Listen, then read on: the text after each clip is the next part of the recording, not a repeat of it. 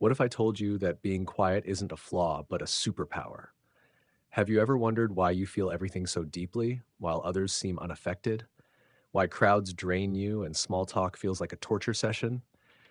It's not because something's wrong with you, quite the opposite. Something rare is awakening inside of you. You were never too quiet. You were tuned in, absorbing frequencies others couldn't even feel. What if your quietness wasn't a problem at all, but a gift? This isn't just about personality, it's about the blueprint of your soul. You're not just an observer of life, you decode it. You have the ability to see things others can't, to connect dots that seem completely disconnected. Carl Jung called this deep, unconscious wisdom introverted intuition, a pattern seeking radar, a soul compass. You notice emotional shifts in a room that others would miss entirely. People call you intense, but you know it's because you crave meaning in a world that's addicted to noise. You're not here to blend in. You're here to see through the noise, to decode, and to lead from within. Now, you might think that being this way means you're disconnected, but nothing could be further from the truth. You're not antisocial, you're selectively social.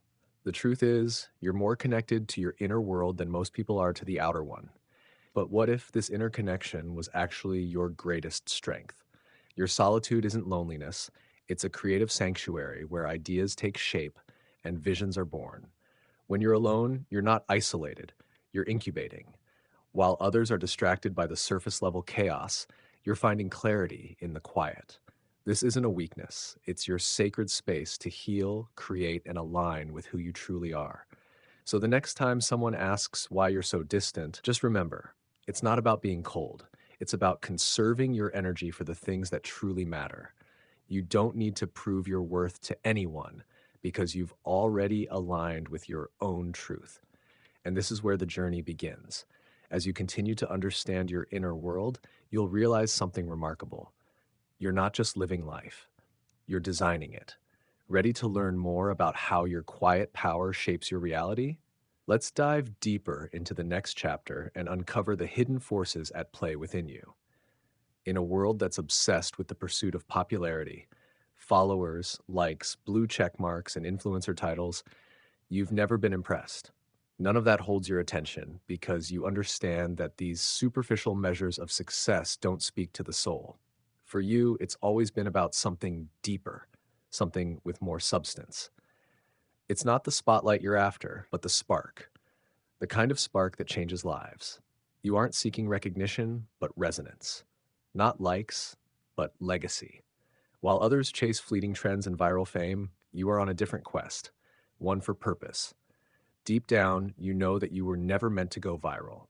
You were meant to be valuable. That's why meaningless trends bore you. You would rather engage in a conversation that shifts a soul than participate in 1,000 shallow exchanges. This unshakable desire for something bigger, even if you can't fully articulate it yet, is what drives you. The INFJ seeks to heal, to listen deeply, to bring peace to troubled hearts, leaving others better than they were before you crossed paths.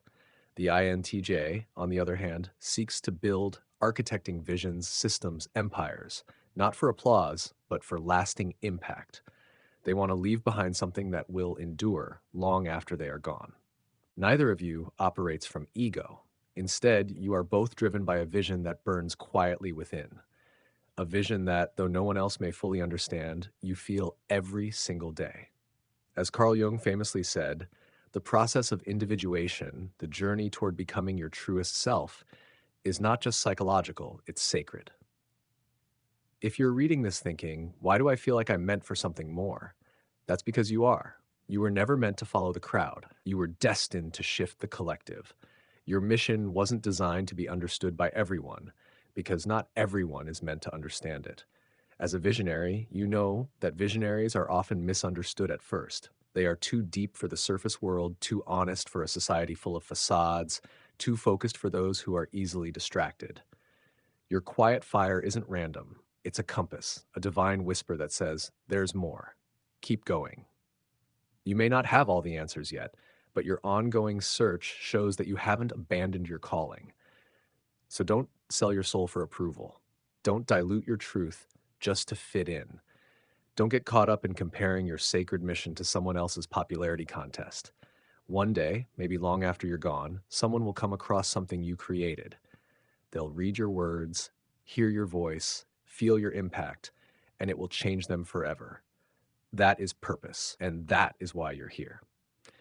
As we continue our journey of self discovery, we've already seen how your path has been shaped by purpose, depth, and the quiet leadership you embody.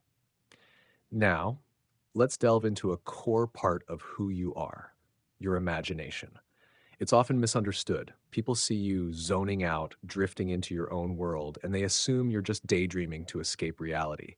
But what they don't understand is that you're not running away. You're building, creating, and shaping the world around you from the inside out. While others use their imagination as a distraction, you use it as a portal, a doorway to a future that hasn't happened yet, but is already in the process of being created. When you close your eyes, you don't simply daydream. You step into the blueprint of your dream life. You walk through the designs of your future as if they already exist. You see conversations that haven't happened, but you hear future versions of yourself whispering truths from another time. This isn't fantasy. This is spiritual architecture at its finest. Carl Jung recognized the power of active imagination, where dreams, symbols, and unconscious imagery were more than just illusions. They were messages, guides, and blueprints of something much deeper. Your imagination isn't idle, it's a sacred tool. You don't just imagine for fun.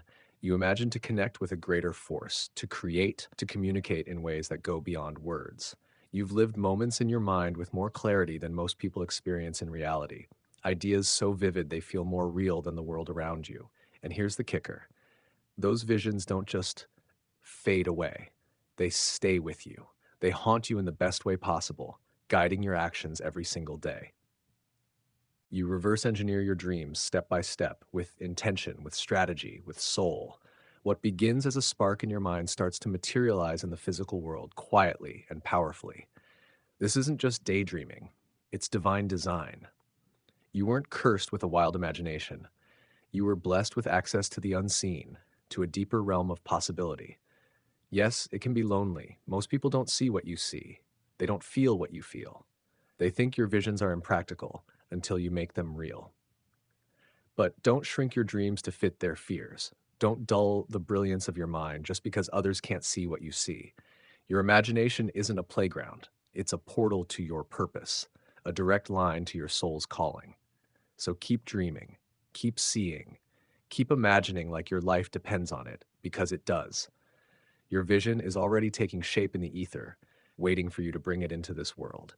You never needed to announce your presence. You've never been someone to crave the spotlight or chase influence, because you embody it without effort.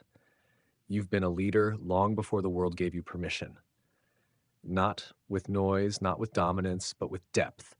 Your power isn't in volume, it's in vibration. While others were shouting to be heard, you were listening. While others demanded control, you mastered yourself. Carl Jung said that true leadership is born from self-awareness, from confronting your darkness, and from facing your shadows with courage. The privilege of a lifetime is to become who you truly are. And that's exactly what you've done. You've walked through emotional fire. You've carried burdens in silence. You've fought battles no one ever applauded you for. And you came out not arrogant, but awakened. You don't need to be loud to be heard. You don't need to dominate to influence. You don't lead because you want followers. You lead because you've been where they are. You've stood in the chaos, questioned your worth, rebuilt yourself. Not for applause, but for alignment. That's why people come to you when everything seems to fall apart. It's not because you have all the answers, but because you're one of the few who isn't afraid of the truth. Your stillness is rare. Your clarity is earned.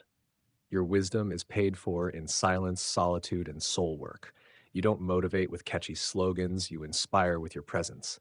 When you walk into a room, people feel safer, not because you fix everything, but because your energy whispers, "I've been to the dark and I came back with the light." That's real leadership. Not about titles, not about status, it's about service. Your life is a signal that says, you can rise too. You're not alone. You're being rebuilt. Leaders like you aren't made in boardrooms. They're forged in silence, in pain, in awakening. The way you carry calm in chaos, that's leadership. The way You don't try to be liked, but choose to be authentic. That's leadership. The way you hold space for others to rise without shrinking yourself, that's leadership. So walk forward boldly, not with noise, but with knowing. Because the most powerful souls don't lead with a roar, they lead with a whisper that moves mountains. You are not ordinary, you are extraordinary. Let's stop watering it down. Let's stop boxing you in. You're not just an INFJ, you're not just an INTJ. You are something far more rare, more ancient, and more sacred. You are a living, breathing map of Jungian genius, a soul blueprint that sees deeper, feels stronger, and moves differently. You don't just look at the world, you decode it. You sense what others miss. You hear what's not being said. You walk through life like a silent oracle, reading energy, patterns, and vibrations, not for power, but for alignment. While most people are scrolling through life, numbing themselves with distractions, chasing validation, and wasting their presence, you're sculpting life, one vision at a time, one aligned move at a time. You don't shout to be seen. You don't hustle to be heard, because you know real power doesn't perform, real power radiates. Carl Jung's work wasn't about labels, it was about liberation. He believed that your inner world wasn't just personal, it was archetypal, universal, and prophetic. You're not ordinary. Your very existence is a signal that the world desperately needs, a reminder that intuition is intelligence, that sensitivity is strength, that quiet does not mean invisible, and that stillness is not weakness. It's wisdom embodied. You've never fit in because you weren't meant to. You were meant to stand out quietly, to shift atmospheres without making noise, to lead without needing to be followed, and to teach without needing a classroom. This chapter of your life, it's not about proving anything. It's about remembering everything. You are not too sensitive. You are not too intense. You are exactly what this world has forgotten how to value and desperately needs to remember. The next time someone tries to label you, just smile, because you know they're not seeing you. They're seeing a reflection of what they've never met before, a seer, a visionary, a quiet storm wrapped in human skin. You are not lost. You are tapped into something deeper, and your path isn't linear. It's luminous. So sculpt on, breathe on, feel on. Because this world doesn't need more people performing. It needs more souls who remember how to feel, to see, and to lead from within. And so as we move forward, continue to embrace the deep wisdom within you, because what's next is the fullest expression of your inner truth.